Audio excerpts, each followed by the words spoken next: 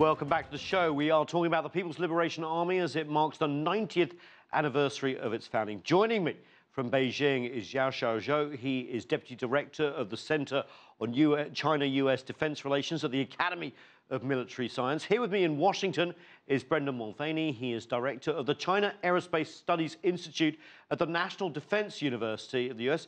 And also joining us from Beijing is Qinduo. He is a political analyst and friend of the show from China Radio International. Welcome to all of you from the show. Let's start with you, Zhao Xiaozhuo. From a Chinese military perspective, Xi Jinping looked over this military parade over the weekend, and he urged the People's Liberation Army to continue efforts of becoming a world-class military power. What's your assessment of the PLA military force today? Yes, I think great progress has been achieved for the People's Liberation Army. And over the past years, we have more modern fighters, bombers, and we have more frigates and destroyers.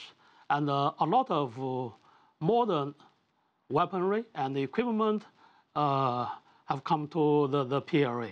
And also the quality of the officers has been growing up.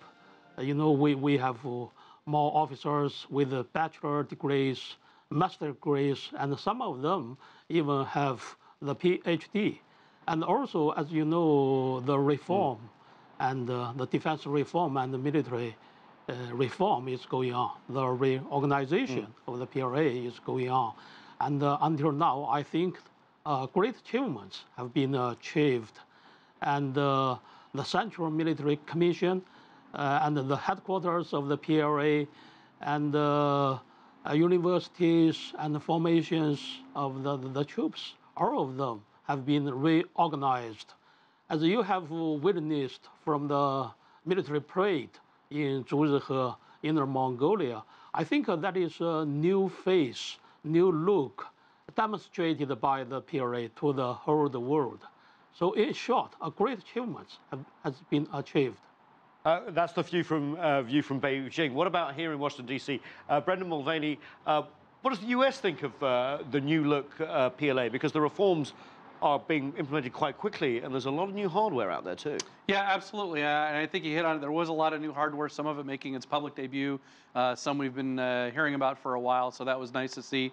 From the American perspective, so the DF-21, the new aircraft, the new battle tanks, and things like that. But I think one thing that he also mentioned is the training aspect, right? This has been a big change for the PLA to become a more professional army. They have an NCO corps, which they didn't have just a few years ago. They're paring down to make it a lighter, fitter, and presumably better military. So I think not only on the hardware side, but also the software side, they've made some big achievements. So Qinduo in Beijing, obviously we're seeing these reforms, but what are these for? What is the PLA actually designed to do now that it wasn't able to do beforehand? Well, I think the goal of this reform is to make it a modern military army, one of the most powerful military force in the world. As we know, like China is the second largest economy, and also you have interests basically around every corner of the world. So you need a powerful force to protect the national interests, national security. We still remember in 2011, before the Libyan war, and yes, there's a withdrawal of the Chinese workers from that country. So that's a vivid case, like how awkward that is at that time. Like China needs to basically speed up its reform and to make it more capable of doing things like that to protect the Chinese nationals and the interests overseas. That's right, force projection well beyond its natural limitations. Xiaozhuo, let's pick up on those reforms. What are some of the biggest goals and challenges ahead for the People's Liberation Army as it continues to improve its overall capabilities? Yes, it's a good question. I think the PLA is determined to defend the country, and also it is committed to better maintaining China's national interests. Because, over the past years, the nature of war has changed.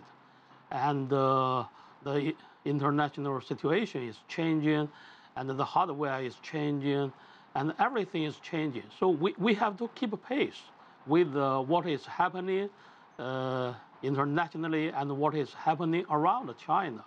So I think the PLA is trying to keep pace with the times and tries to be more capable to defend the country. And yes, you are right, we have challenges. I think the biggest challenge, as the gentleman in Washington, he mentioned just now, over the past years, over the past 3 decades, we have not fought any war with any country. We don't have, the direct experience from modern wars. And since the world is changing so rapidly, I think we lack the experience.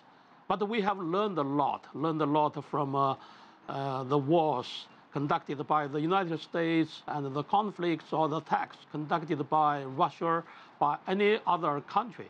We try to learn what's happening, and we try to keep pace with the times. Brendan Mulvaney, is that how the U.S. defense establishment sees these reforms, that China is catching up very quickly, learning from warfare, which of course China hasn't been part of, but obviously U.S. and others have? And is it worried?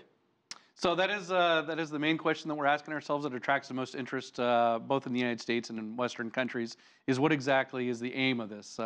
Certainly, like you said, China is a great country. It's got a huge economy, and most of those things come with interest around the world, and you need a military, or at least a military presence, to be able to protect that.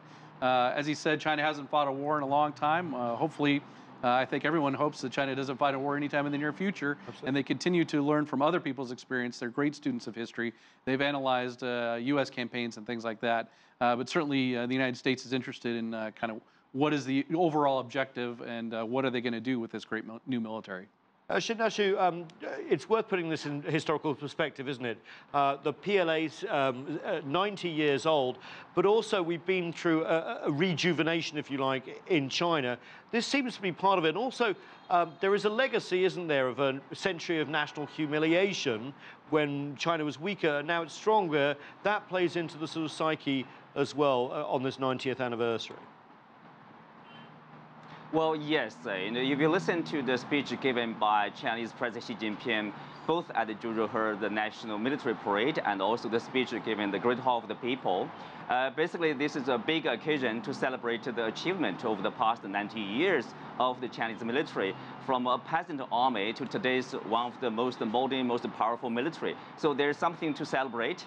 And also, secondly, basically he speaks to the domestic audience. The military, the rule of the military is really to protect the national territory, national sovereignty. Remember, among the 5 members of the UN Security Council, China is the only country which hasn't yet to achieve the full national reunification, meaning the separation between the mainland and Taiwan. So there's a real mission for the military to perform. Obviously, in the future, hopefully, as the guest in Washington says, China will never fight a war. And hopefully, it will only play a deterring role to maintain peace and stability and also the interests of the country. As well as deterrence, of course, there's international operations, which the PLA are increasingly part of. Zhao Xiaozhuo, let me ask you this. As China becomes more of a global power, will they have an impact on international operations like we've seen with the United Nations peacekeeping, which has really ramped up since its debut in the 1990s? Yes.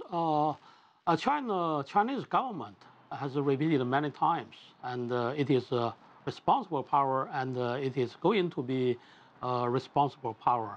I think that the PLA will perform internationally in a responsible way.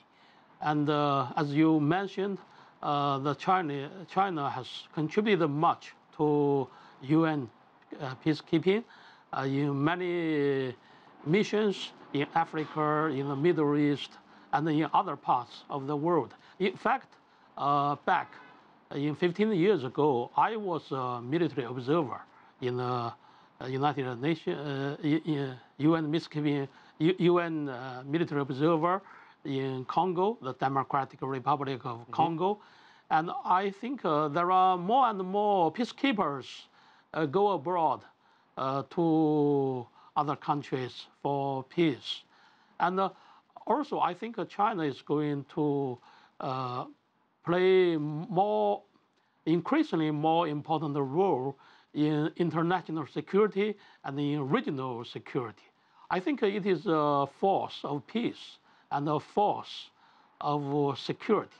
I think with China's rise, it will play more increasingly more role in the world, in counter-piracy, in UN peacekeeping, in HADR, and in a lot of things. It tries to provide common security goods to the international community. Let me follow up with you then, Zhao Xiaozhuo. Obviously, that's all good, but is there also the potential for the PLA to be drawn into a conflict? And how do you see the PLA and the PLAN avoiding, the Navy, avoiding that going forward as Chinese military power and outreach and range continues to grow?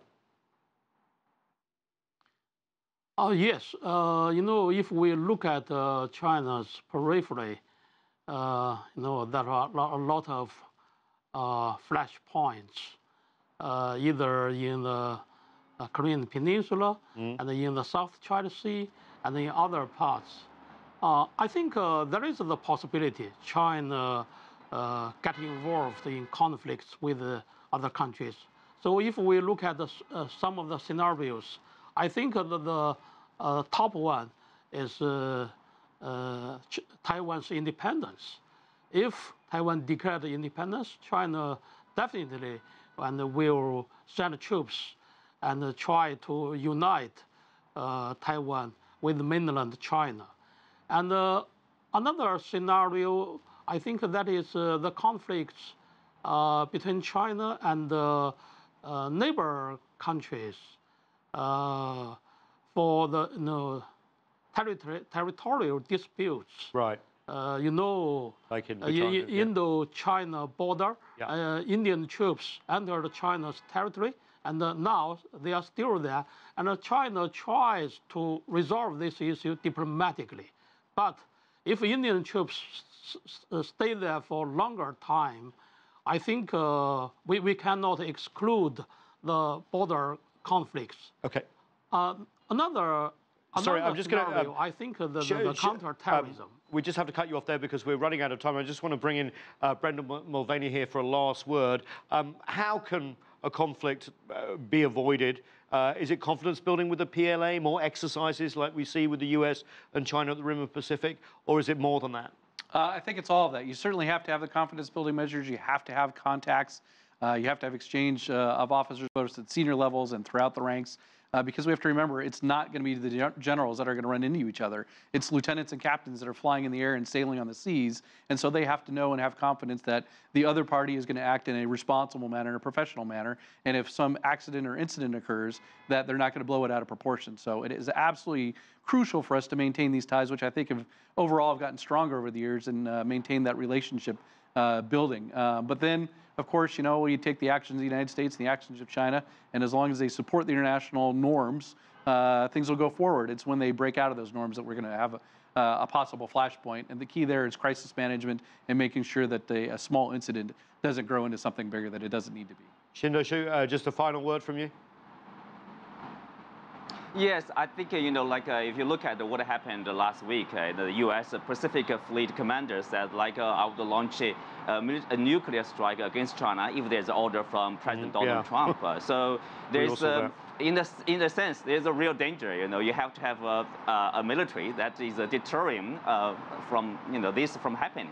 Right, so very good point. We've all got to be careful of the language we use as well as everything else. Panel from Beijing, Washington, D.C., and from the United Nations, thanks so much for joining us. That's all we have time for on this edition. Thanks for joining us on The Heat. See us next time.